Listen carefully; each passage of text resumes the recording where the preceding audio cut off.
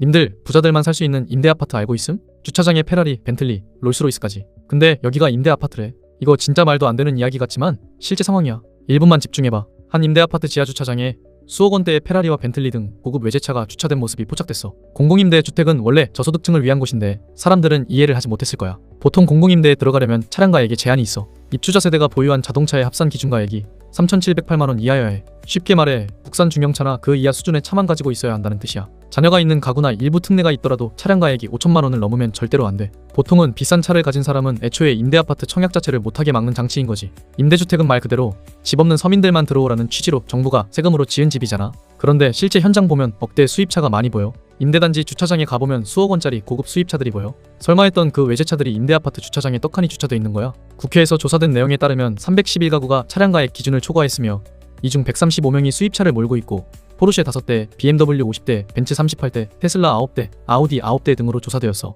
근데 이게 실제 현장에 가보면 페라리, 람보르기니, 벤틀리 같은 초고가 차량들도 보이거든. 대체 이런 사람들이 어떻게 임대아파트에 들어갈 수 있었던 걸까? 알고 보니 교묘한 편법으로 이런 일이 벌어졌어. 앞서 말한 차량가액 기준에는 허점이 있어.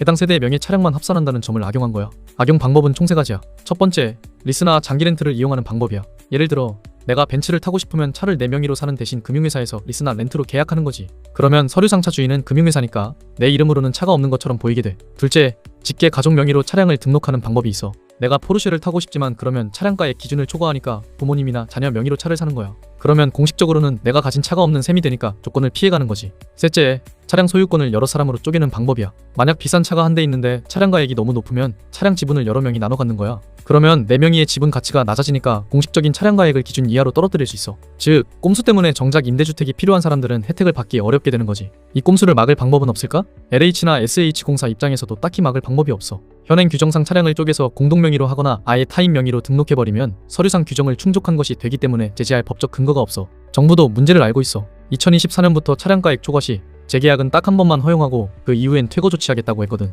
그런데도 아직 비싼 외제차 탄 입주민 수백 명이 버젓이 살고 있어. 심지어 2028년까지 거주 가능한 사람도 있음. 살고 있는 동안 중간에 쫓아내긴 현실적으로 어렵고 계약 만료 때까지는 눈뜨고 코베이는 상황을 지켜볼 수밖에 없다는 거야. 그러니 애초에 꼼수를 못쓰게 하는 입주 전 검증과 사후적 발시 강력한 제재가 중요한데 아직 제도적인 보완은 더딘 상태야. 이게 말이 돼? 이런 편법 입주자들이 버젓이 혜택을 누리는 사이에 정작 진짜로 필요한 청년들은 대기하다가 탈락하거나 기회를 박탈당해. 정부는 집값 잡는다고 대출 조이기만 하지 말고 대책을 세워서 공정한 주거복지를 실현해야 해. 이런 위선적인 시스템이 개선되어야 공공임대가 말 그대로 진짜 서민들의 든든한 보금자리가 될 거야. 왜곡된 현실을 주변에도 꼭 알려야 돼. 내가 이런 꼭 알아야 하는 부동산 이야기 전부 알려줄게. 부동산 정복하기, 구독하고 영리하게 투자하자.